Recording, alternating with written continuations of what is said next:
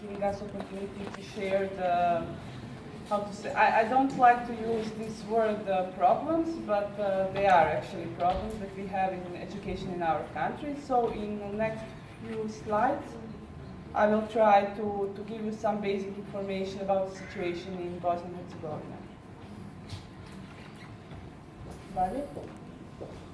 So, as you probably know, some of you or maybe some of you don't, Bosnia-Herzegovina is a country that is divided by entities. So education as well is functioning like this.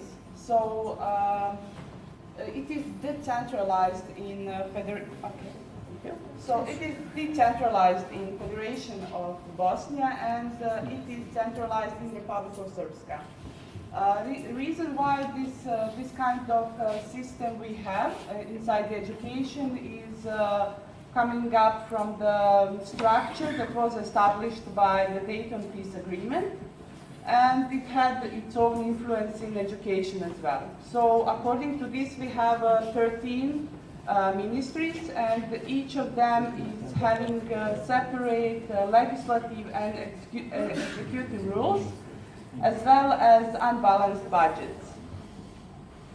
So the structure of education is, I believe, more or less the same as in your countries. So it goes from primary education, coming to secondary, and we have higher education. Daniel? So what kind of problems we are facing with? So something that is really burning question, how to say, in Bosnia is that we have this case of two schools under the same roof. It's really specific thing because those schools are actually two schools in one, and they are divided like by nationality of children. So Croats and Bosniaks are going in the same school, but actually they are learning by the different educational system.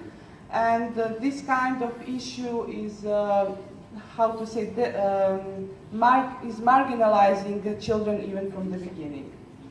And then the second thing that is really important and problematic is that we have like 4% of kids that actually are not enrolled in schools. So they are not even going to primary schools, and mostly those are children coming from minority groups, such as Roma population. And then something that is really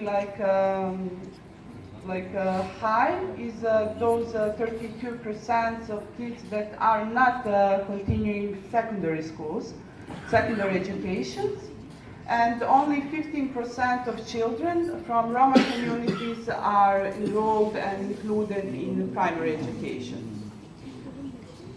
So here you can see some of the reasons that are the most frequent, and when it comes to primary education, those reasons are like difficult financial situation, lack of parental support, long distance from the school, as well the establishment of marriage or cohabitation, disordered relations within the families, and poor achievement in learning and behavior.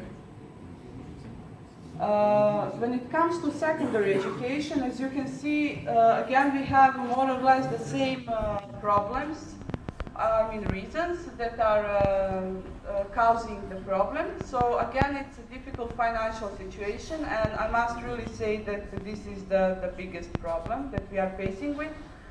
And then we have this problem that children are not interested in education. If you saw, like in the previous slide, I said that there is lack of parental support. So in this case, when they come to the secondary education, like because parents are not well educated, they are not giving support to their children, and they are in a way starting to be uninterested, like in continuing their own education. And then, unfortunately, I must say that one of the biggest problem is as well like bad approach of schools towards young persons. Dalje? Okay.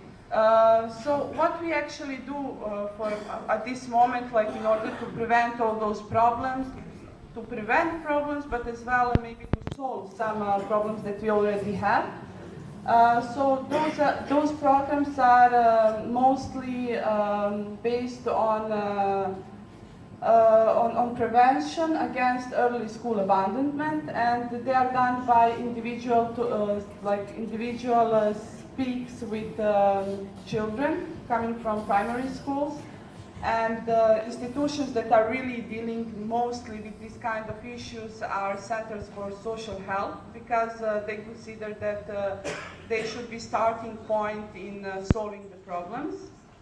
As well, like NGOs, like non-governmental organizations, such as youth organizations, but not only youth organizations, are organizing a lot of trying to organize a lot of seminars and conferences and trainings in order to push children and to give them a motivation to continue the education, and even to interfere non-formal methods into the formal education, so that children have